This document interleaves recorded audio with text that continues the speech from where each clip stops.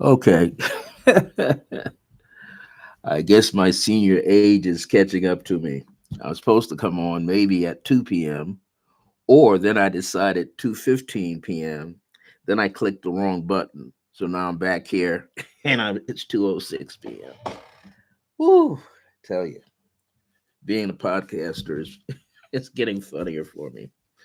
Anyway, I am here, and if you happen to see me here, that'll be good as well. One of the things is that I'm considering doing this. Hey there, Rose. I'm considering doing this maybe 3 times a month or twice a month on a Thursday. I don't know. I'm just running way too much. Maybe I might do it the second and the fourth, or the first Thursday and the third Thursday. During the week. It was so funny, Rose. I put out that email. I said I could be on at 2:15 because the time was crunching, and then I set everything up, and then I clicked the wrong button. It brought me live at 2:06 p.m. So I said, okay, here I am. So things are hopping and jumping. I'm glad to see you on here. Some other people will join us in a few more moments as I posted it on Facebook for Resident Essentials and my own profile page. I didn't even put it in my Circle of Grace One page. So all is well and jumping. And so this is going to be very interesting. I don't know how long I'll be on. I always say that, and I wound up being very long-winded. So this is going to be a very unique experience today. Supposed to go out and hang out with some friends later. We're going to see some old-fashioned cabaret free right here for hey, how you doing, Stoke Culture? We're going to be going out to the museum here in Albuquerque, and it's a free event.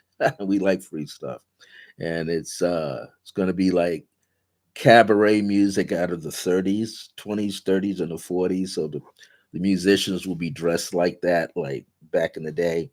But I'm going to sport one of my fedoras. I love my royal blue golden crown, as they call it, trim marigold color, royal blue, or I might wear the black one with the trim going across. But I'm gonna have a good time. Listen to some nice old fashioned music that I haven't heard in a long time. And apparently there are a lot of musicians out here playing all types of music. So anyway, I hope you all are doing great today, feeling great today. Uh, I hear there was a lot of rain out on the East Coast that went through Jersey and Long Island for a split moment. So, but things have cleared up. Um, we're maybe expecting out here early snow in November. Usually, it comes pretty close to so-called Thanksgiving Day, or sometimes in December, and sometimes not at all. So, anyway, I'm here for Clear Blue Radiance, which is the name of my podcast. Today is October 16th, 2025. I'm Brother Francis E. Revels-Bey. I'm founder of the Circle Grace One, so I do have my own YouTube channel for that. One day I'll get back to it and put up some very short clips dealing with dream analysis, dream symbols, numerology. I might talk a little bit about tarot, something like that. I've just been taking time off from podcasting all over the place. Anyway, I've been a spiritual counselor since the mid 1970s, and I've been helping a lot of people bring things together. Sometimes as a counselor, we're supposed to have it all together, but it's not true. So, if you ever heard that old phrase I grew up with, what's good for the goose is good for the gander. So, whatever is good for my clients, it's also good for me too. So it kind of allows me to feel more settled and greatly comforted by the energy that flows during a counseling session or just straight out reading people. Um, Circle Grace One was founded on July 2nd, 1974, named after my mother, whose name is Grace, and she wanted to have that. Well, I'm on here every Thursday for Resident Essentials Esoteric School of Metaphysics here in Albuquerque, New Mexico. And there are other people that come through throughout the week. Some are doing astrology, such as Joanna Rader. She's our resident astrologer. She's been into astrology since she was like 10. And she's now officially, I believe, certified after so many years. So she's with us. There is the president and founder of Resident Essentials in the beginning, as now Resident Essentials Esoteric School of Metaphysics, and that's Michelle Vidal. And sometimes she's on here early on a Friday or a Thursday or a Monday early in the morning when she can get out her podcast.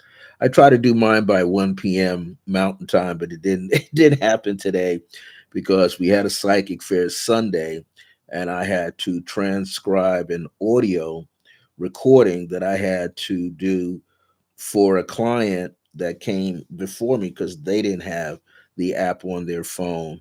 And I'm in the process of transcribing it right now, typing it out for them. Well, anyway, today's topic is say what is on your mind, or say what is in your heart. Now, the reason I kind of chose that because people often tell me you often don't say what's in your heart or what's on your mind. Well, I got a lot of stuff going on up here, so I prefer not to say what is on my mind. Usually, these phrases, these questions are utilized when we're dealing with confrontation, conflict, right? Where you're dealing perhaps with a boss or a life mate, partner, or a relative, a sibling, sometimes a parent, a neighbor. And you find yourselves, feeling like your back is up against the wall because you don't know how that person is going to receive what you're about to say. And so many times we have hard time expressing the truth to others. And again, it's a fear of repercussion or negative feedback. That means the person you're talking to doesn't know how to handle what you're going to say. And sometimes you don't know how you're going to say it, right? You don't know how you're going to express yourself because a lot of it has to do with your emotional feelings pent up inside. Sometimes you're trying to be nice to people, they don't want to hear the nice side. They can aggravate you a little bit, right? And then you feel like you're forced to bring out the sledgehammer to get your point across. And so much as this the way we respond to people, believe it or not, is based on our childhood. Now, I'm from the old school because I'm in my early 70s. And what I heard growing up was respect your elders. Then that could be your neighbor down the block. If you lived in an apartment building, your neighbors in where you're in your complex. Maybe you go to school, it's your teachers. They're like looked at as your elders and other people. And sometimes when that is ingrained in you for a long period of time, because along with that phrase of respect your elders, you know, do as you're told, don't talk back, sometimes those things carry over into your social environment, like with your peers when you go to school.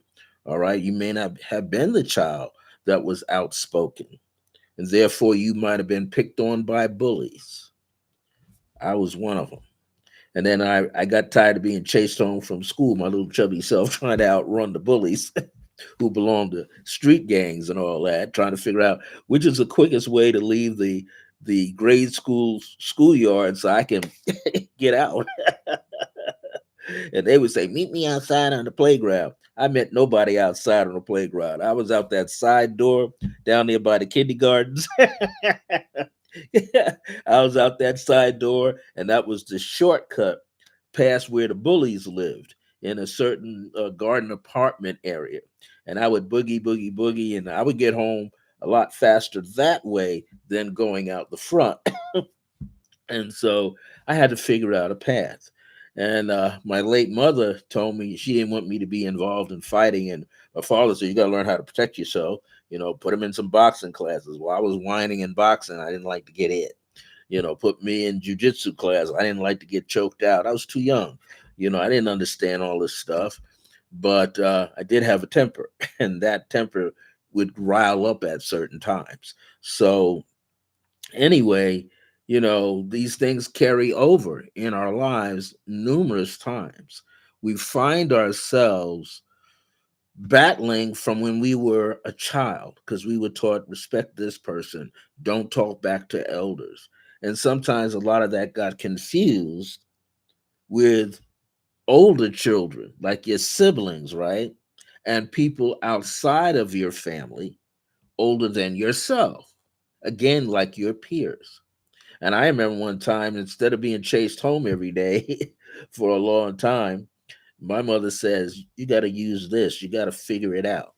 And finally, I realized that since I was pretty good at drawing, painting in school, grade school, I knew the bullies didn't have that skill. And so when one bully tried to take advantage of me outside, I said, let's make a deal. Let's cut a deal. He said, well, what kind of deal? As he had me hemmed up to the wall. I says, keep your boys off of me, keep the girls off of me, the bullies, and I will do your art side of your homework. And it worked for about 6 months. No kids bothered me in school or outside of school, not even during the summer. But when we got back to school, I was still doing that kid's work. I wasn't taking any chances. And one day, one of the teachers noticed this kid normally doesn't draw like this, but this other kid has perfect script, block or written script, and drawing skills. And the teacher figured it out and eventually brought my mom in for discussion. And then my mom said, well, he's not a fighter. He had to figure it out. I told him to figure it out. I didn't want him to get in trouble. He figured it out. And I said, well, at least I wasn't charging anybody anything. I just wanted them to get off my back. So I figured I'd do it nice and neat and give it to them before we go into the school building. Then they have it. And then, teacher thought about it. Other teachers weren't so happy about it, but they thought about it. What is an 8-year-old, 9-year-old, 10-year-old kid is supposed to do? Constantly take a whooping or figure it out? So I figured it out for myself. And then eventually my mother, 5'3", Grace, went into the back room with all the teachers and guidance counselors, and I could see her through the frosted glass, pointing her finger in everybody's face. And when she came out, you're not going to be suspended. Don't worry about it. Now we're going to have another meeting with these bullies with their parents. And once that was done, everybody left me alone. Nobody ever picked on me because things got straightened out. Well, anyway, sometimes that doesn't always happen. And nowadays, kids can carry weapons to school or something like that, and it gets to be very dangerous, right? So sometimes we are not the assertive or most aggressive person in a room or in a setting because many times, being that we're not belligerent, many times what goes on is a psychological war game, especially when you go to work and you have some employers who are the managers, the supervisors, and so forth. They're constantly stressed out, barking out commands. And when I got to some of those other jobs and that was happening to me, I just eventually took a long break. And they come out screaming and hollering, and eventually I broke. And then I gave them good eye to eye contact and didn't cuss anybody out, but I raised my voice strong enough where everybody got quiet. So, and we know growing up, sometimes you have to like use a couple of expletives to get your point across, but you got to use them in the right way so it doesn't look like you're the person that's cussing people out all the time. These things do happen. We know they happen all the time. It's a pecking order. We see it in nature, right? There's a pecking order that goes on. Certain herds of animals, they got the alpha male and the alpha female, and it goes all the way down the line. So This thing is constantly happening. This level of consciousness, or I would call it 3D thinking and 3D actions, are going on all the time based on what? The ego. And as much as we might want to respect the elders, there's something that you have to do. And as much as my parents says respect your elders, there was this other underlying theme, which is have self-respect. Understand your value in that classroom, in that work environment, in that marriage. Understand your value. Who are you? Who is the true you? Now, once you could do that, you can understand that, then the process is better, right? Because you understand what your value is, you understand your self worth, and you're not going to give that up to someone else who thinks less of you. And sometimes we know people are thinking less of us because they are less to themselves.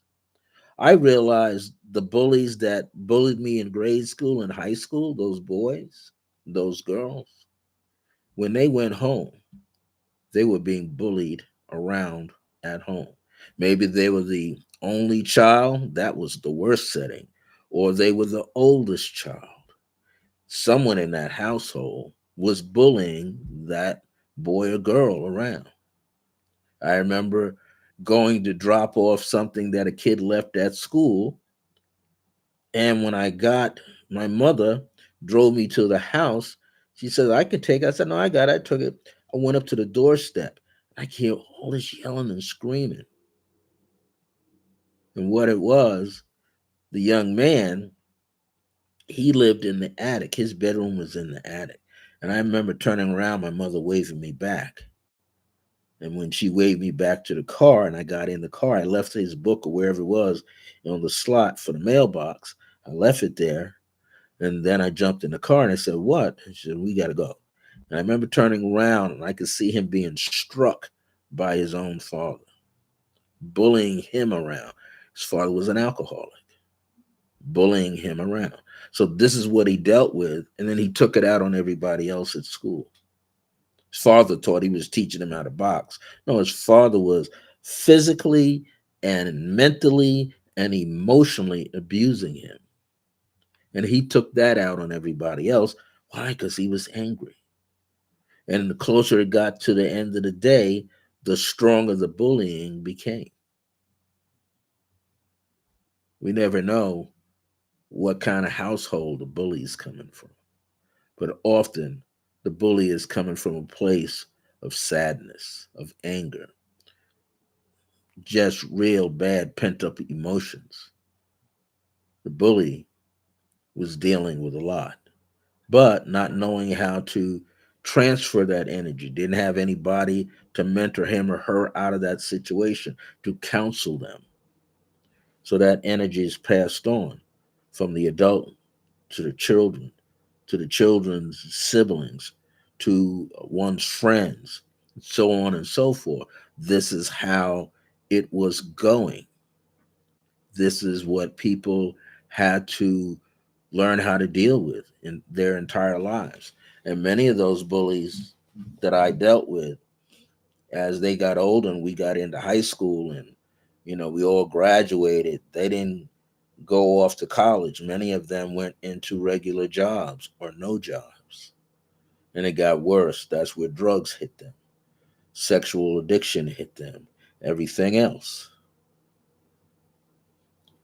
Those of us who were on the receiving end, who learned that they had better self esteem, we picked ourselves up, dusted ourselves off, got into college.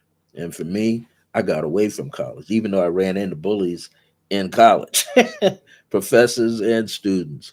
But I had a better platform. I had a better strategy, because by that time I knew my self worth. And so I had better control on how I would choose to respond. So often, what does this lead up to? Say what is on your mind. Some people don't have filters. Your filter is usually like your ego. If it's a healthy ego, then you can respond by words, by through your mind, what you're actually thinking. Sometimes, though, when people just respond through their mind, their thoughts, they're not really paying attention often to how those words are going to come out toward other people. And it turns into what? Criticism. And we hear it and we see it all the time. People in relationships where the guy is, he has a stronger will than the young lady that he's dating or his wife. And he winds up being abusive, physically abusive too. And often when the person is physically abused, we say, well, why didn't she just get out of the relationship? Hey, I've had some people back in the days when I used to read people and people would come to me. I had to learn that the woman who came for the readings, she didn't need to hear me say, you need to get out of the relationship. What she needed to hear was a kind word. Now, I was given the kind word, but I didn't have any life experience when it comes to relationships like that. But being around elders and listening and talking to them gave me some common sense to be able to help a woman who came for a reading. I would say you just need to go to a therapist too. The reading is not going to help you so much. The therapy will, because you already know what the answer is. But, she said, I just need somebody to listen to me. So that's what started to happen. The person would call me up, or better yet, come to where I was living at. And it was okay for me to do my consultations where I lived, no problem, from the landlord or whoever I was sharing a place with. And they pay me to listen to them. And you realize how hurt a person is, where their emotional status is with themselves. And that goes along when you have a long standing friendship. This is where, the guys will go to the guys, that are in their circle and, hey, am I really a bad guy? Or I got this aggressive person around me and I'm not like that. And the boys are trying to help you out. The women have it a little better because women are also intuitive naturally. So they could tune into each other's feelings or see the direction of a relationship and how it's going to be better or not. But men are not usually like that intuitive, but can develop it. Nowadays, those of us born, if you're born in the 80s, you're more intuitive. 90s, you're greatly intuitive and empathic. Born in the 2000s, you got it. You got all of it. You're psychic, you're intuitive, you're empathic, and you're also analytical. So you got all of that in which to work with in order to deal with a life mate or an employee or coworker or your boss, or maybe you're the boss of your own company. You got to watch what you say to other people. This is very important to understand. Many people don't have a filter. Some people have what we call thin skin. I was one of those people. I had thin. Somebody would say something to me, and I would take it in as very personal. But I didn't understand that the person that was saying that to me was having some rough times at home themselves. They did not know go to counseling and get their act together.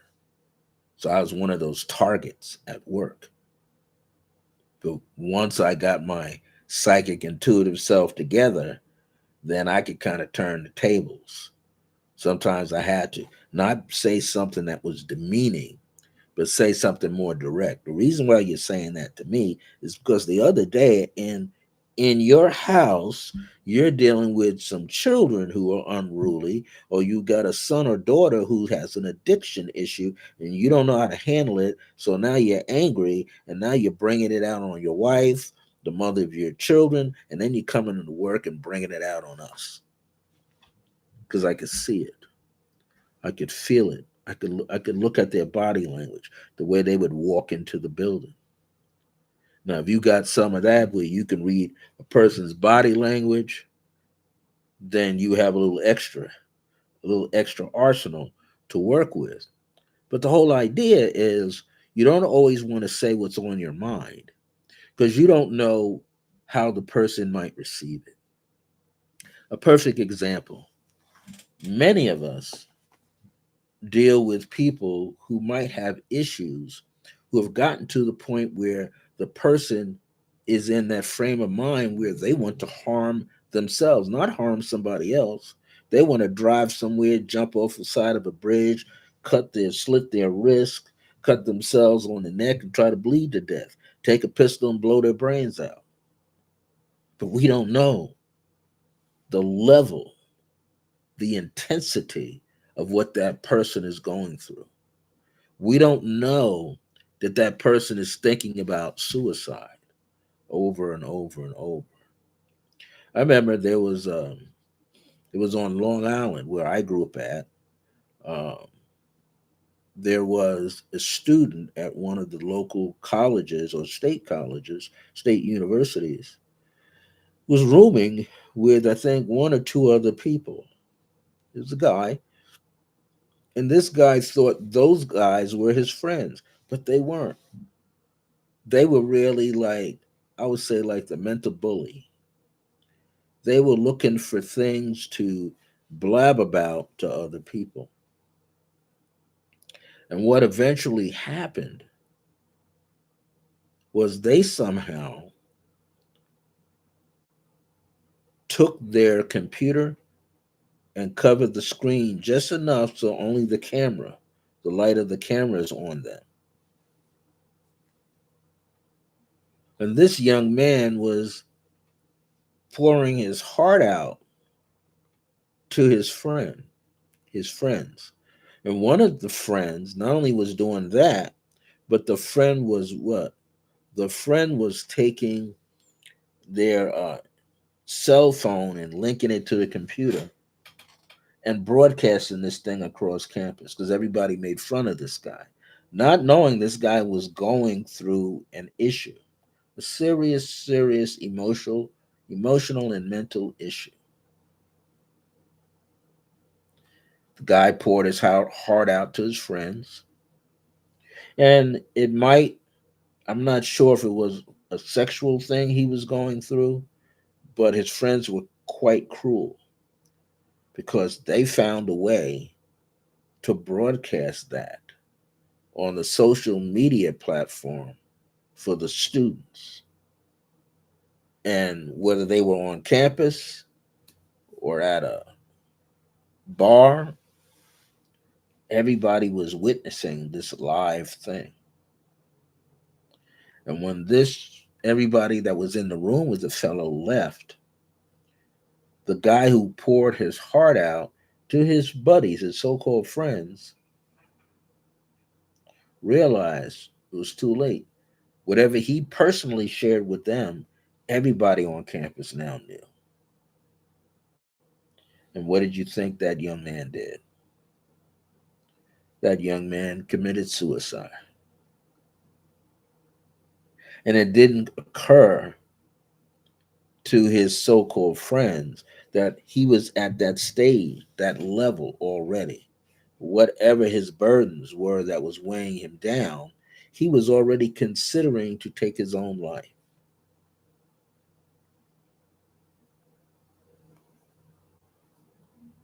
And he somehow put that in his little video streamed out across the campus that, hey, he don't want to be here anymore. And I don't even think he lived in on Long Island or in the state of New York. I think he lived out of state. So his parents didn't find out until later, until it hit the news. Some people don't have a filter. Some people are listening to other people's problems without discernment, which is the best kind of filter to have, along with psychic or empathic abilities, listening to your friend pour their heart out. And the whole time you're hearing that, you have to not turn that into a spectacle, uh, any kind of event. That's what goes on now, right? The last 10 years, people see actions, physical hurt and pain going back and forth. And the first thing they do is what? Whip out their cell phone, recording it live. Like, why? Record something that could save everybody. Don't record something where you know that you could be helping out somebody, but you're not.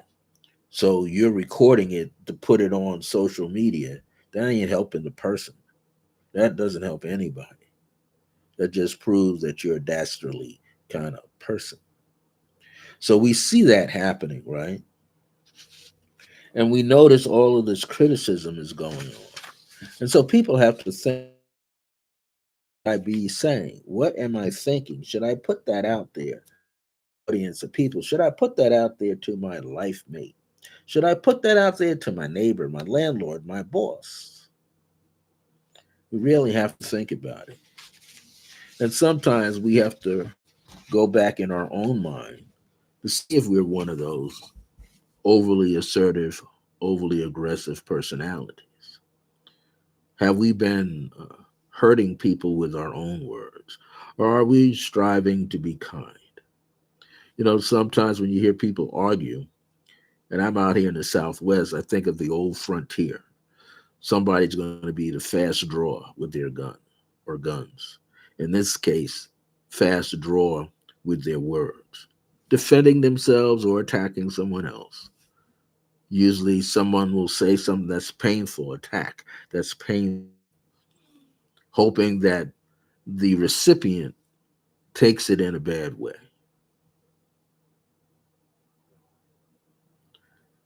We've heard this old phrase, those of us born in the 40s, 50s, 60s, and 70s, and perhaps the 80s.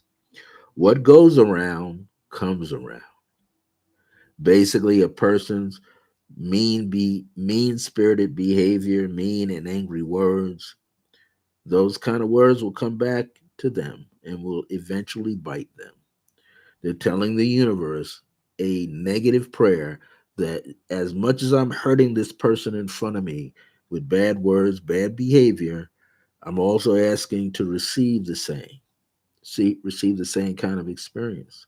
And usually, when a person does, it can be so far down the road, so to speak, months, weeks, or even years, that they don't realize that they planted that seed into the universe. So, however they treated people in their life, the universe found more ways for them to be engaged in the same type of behavior where they become the victim of somebody's words. Usually, the person doesn't put it together. Usually, what they you hear them say is, "Well, why me? Why is that happening to me?" They haven't put it together yet.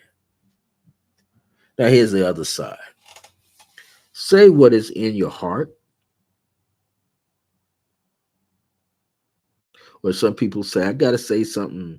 The universe or God laid this on my heart.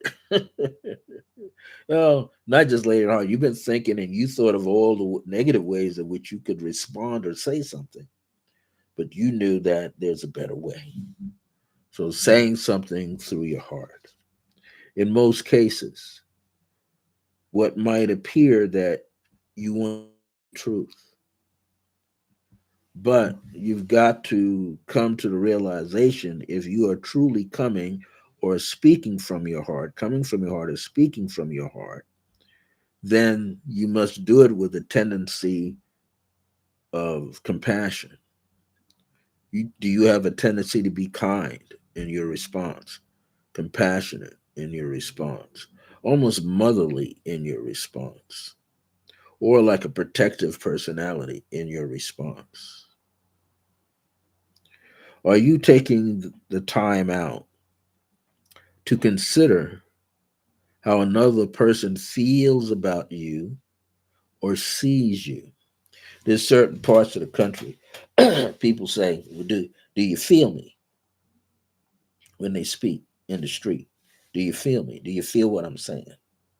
Not do you hear what I'm saying? Do you feel what I'm saying? That's a real word. They're not just saying, hear me out. They're saying, feel, let your emotions get in touch with my words. If a person can do that, then there's a strong possibility that the person who's the recipient of what you're saying can take a step back and really pay attention to their own actions, words, and deeds. How does somebody feel about you when you express yourself?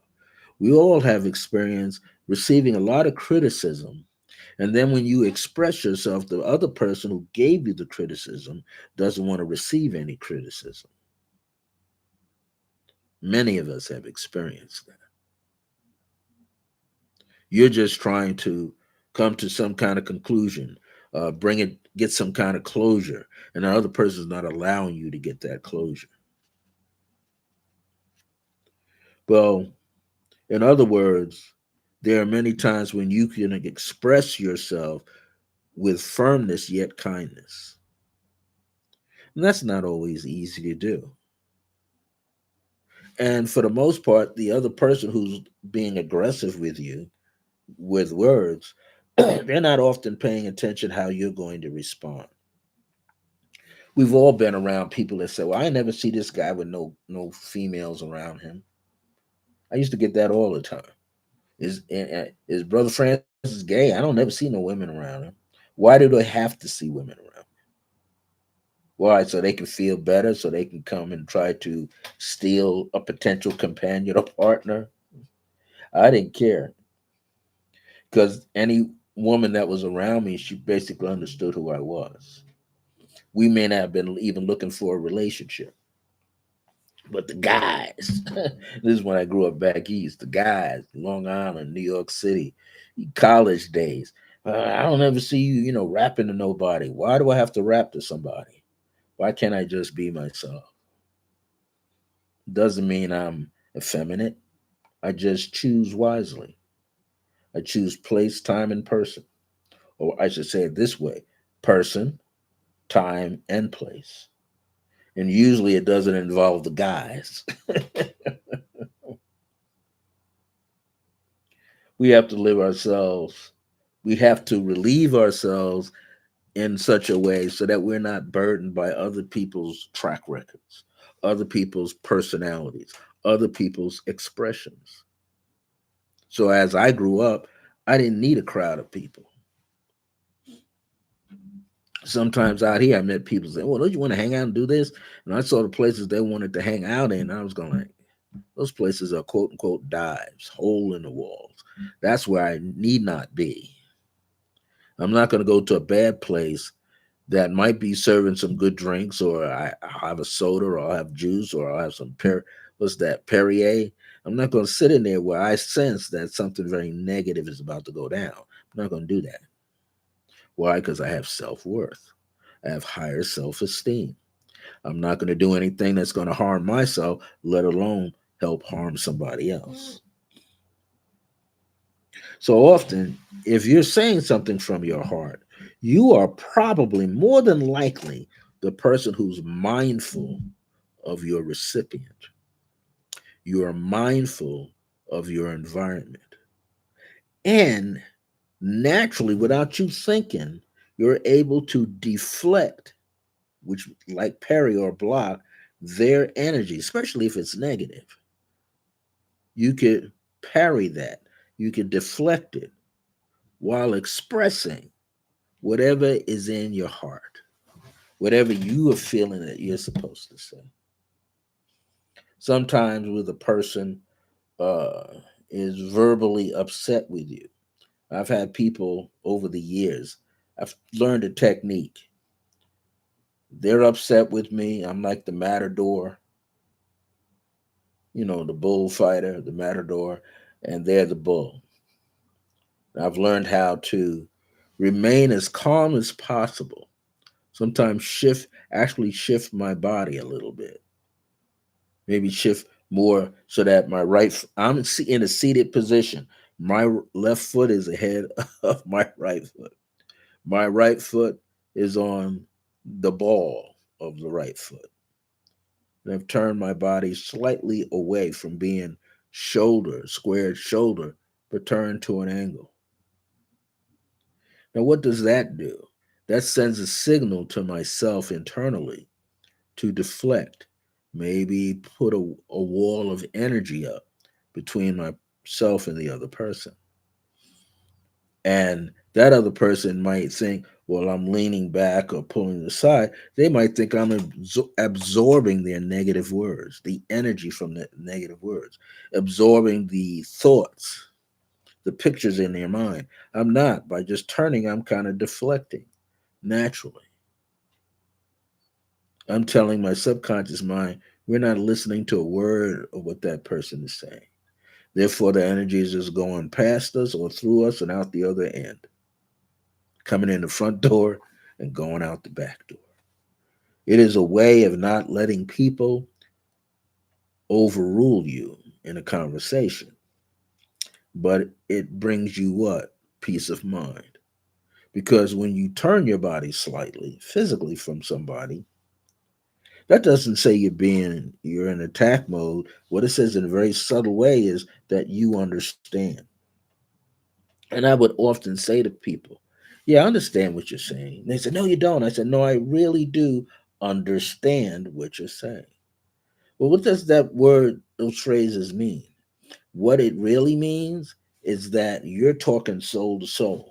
While they're being angry with you in the 3D world, you're talking soul to soul, heart to heart, that fourth dimensional consciousness of compassion. You're surrounding yourself with grace, or what I call divine grace. And that's you're in the shadow of divine grace. You're in the light of the divine grace.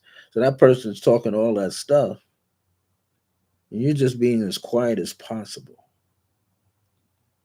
Now you might flex your hand or think, oh, you're tensing up to fight me. No, you're not. I'm just tensing up, grabbing the energy and letting it go. Sometimes I do something like fast forward my mind while they're busy acting out verbally. Then it becomes like da da, boo boo, ba ba sound. I don't hear nothing else. And I fast forward in my mind and I see exactly where they're coming from. And I can see their intention. What is their intention? And I see, oh, their intention is just designed to try to scare me. I don't feel scared. Or it's designed to make me feel bad about myself. No, I don't feel bad about myself. So when you're not feeling bad about yourself, you're not thinking negatively about yourself, even though they might be saying some highly, highly tanked up negative things about you that they have conjured up in their mind. What am I saying? I just see energetically the table rolling back to themselves. In other words, what goes around comes around. I see the energy circling back to them.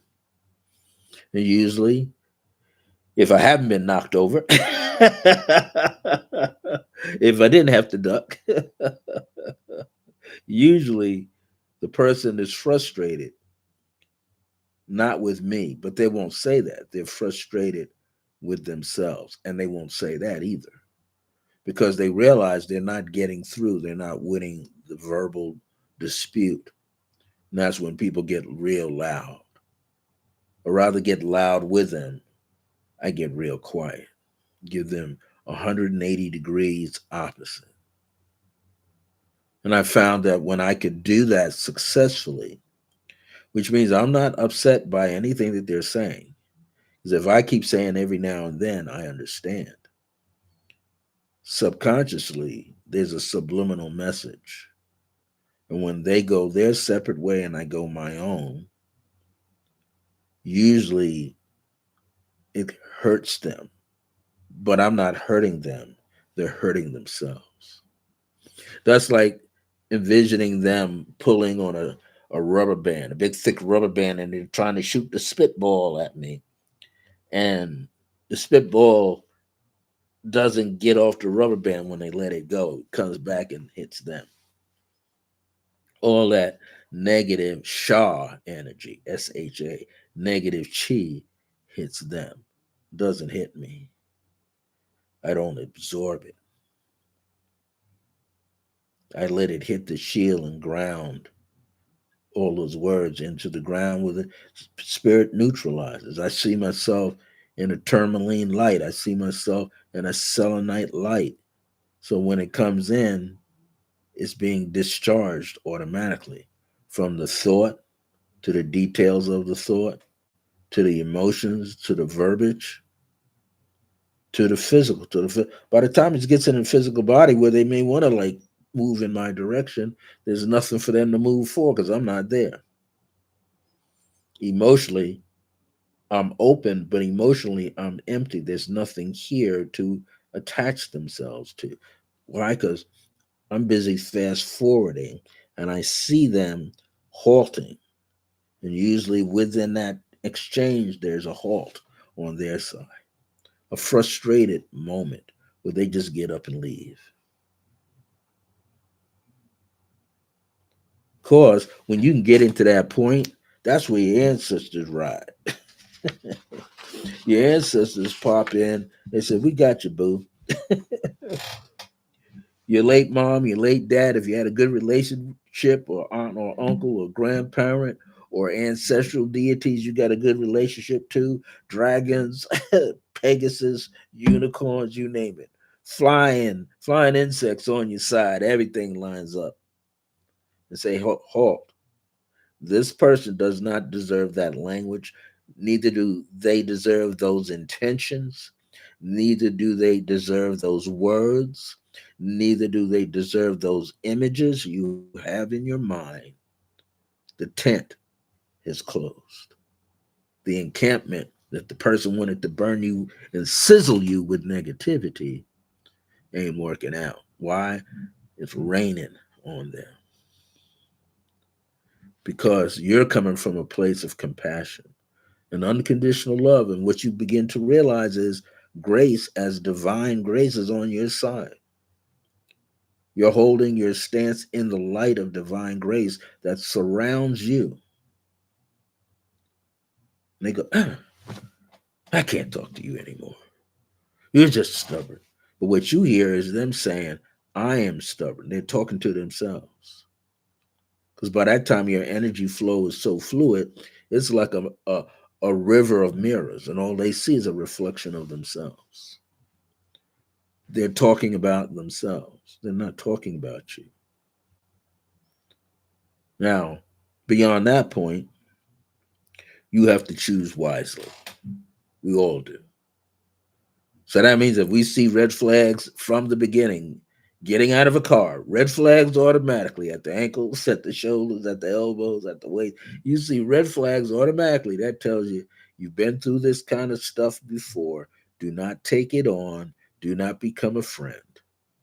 Do not become a collaborative business partner. You've seen it all before. And this is a representation of the past trying to repeat itself, trying to replant itself into your life, and you can't do that. So the question is, say what is on your mind or say what is in your heart. And it's better to say what is in your heart. Hey there, Holly. It's better to say what's inside your heart because you know how you feel. That's when we go back to that saying. People say, God laid this on my heart. Your higher stuff. Your ancestors say, hey, man, you need to, like, the red flags are up. You see it in advance and you need to back away. Don't engage. Don't waste your time. Now, others might say, well, why you don't want to hang out with me, man? I got things to do. But the bottom line is, when I hang out with you in the past, you're somehow creating negativity for me to participate in. In the past. Well, so, well, this ain't the past, this is now. I said, but you're still carrying the energy. How do you know I'm carrying that energy? Because I can see it in your space. You're not the bright, cheery person. You can't be the jokester and laugh at this because you're detrimental to yourself and your environment. And I don't have to participate in it. Now, whatever you got going on in there, you want to like drive and hang out and get drunk, that's not me. You want to drive and hang out and hoot and holler, catcalling, that's not me. You want to go to a bar and just talk any old kind of way and then say, "Oh, my boys are going to back me up." No, your boys ain't going to be there to back you up. At least one of them won't be. You're As you change your energy, what you'll notice is less of that is happening. And because your body has physically gone through it before, your body remembers. In other words, your body is the library, the most extensive library of your subconscious mind.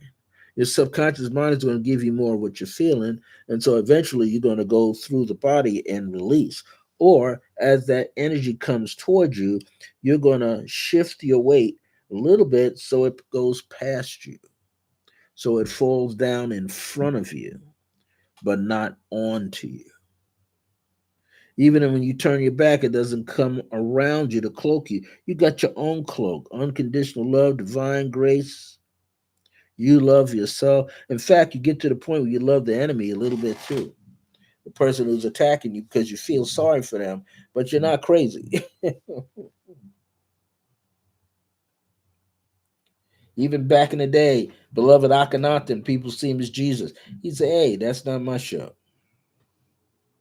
That's not my first rodeo. I don't have to walk with them. I don't have to be with them. I don't have to be persecuted by them. They're persecuting themselves because they want something that I have, but they don't realize they already have it. They don't need my apple. They already got their apple. They don't need my candy. They already got their candy.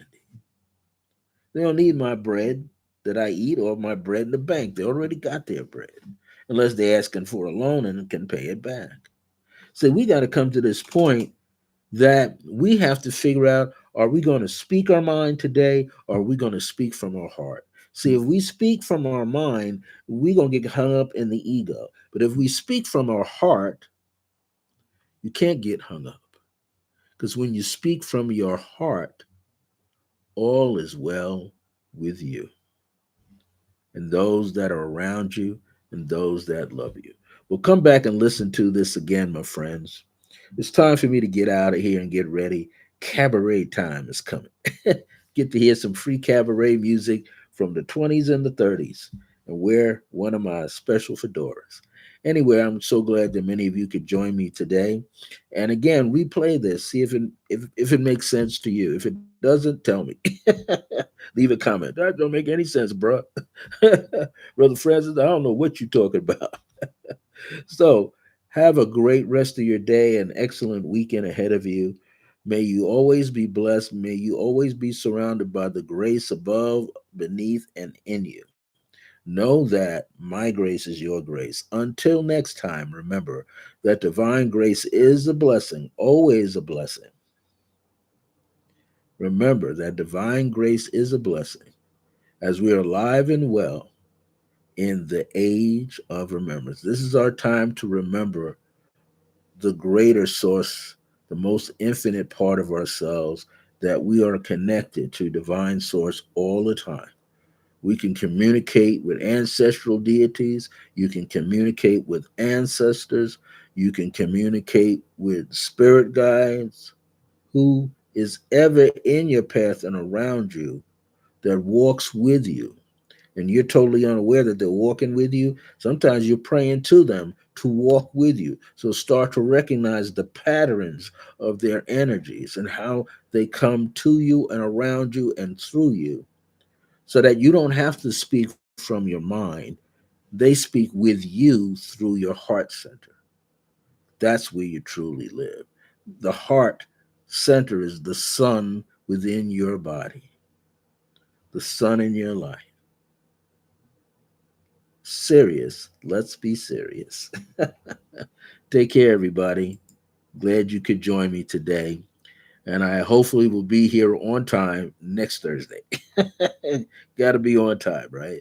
Next Thursday will be the 23rd, and after that will be the 30th. So we're going to do what we need to do so all goes well for ourselves. Much love to everybody watching. Thank you, Rose Jefferson. Thank you, Stoked Culture. Thank you, Holly Hemmett. Who else may have been in here? Indigo Moon. He might be in there. Um, Well, I can't remember all the handles that everybody uses. So I'll just say thank you, Barbara Ewing, Jackie, Fillmore. Thank you also to Linda Garcia. Thank you to Will Phillip. Thank you to Cynthia Jones. Thank you to Melanie Hall. Who anybody that will replay this later. Thank you for your time and for your energy. May your day be blessed and crowned with unconditional love, grace, compassion, kindness, understanding, higher wisdom, higher consciousness. Take care now. See you soon.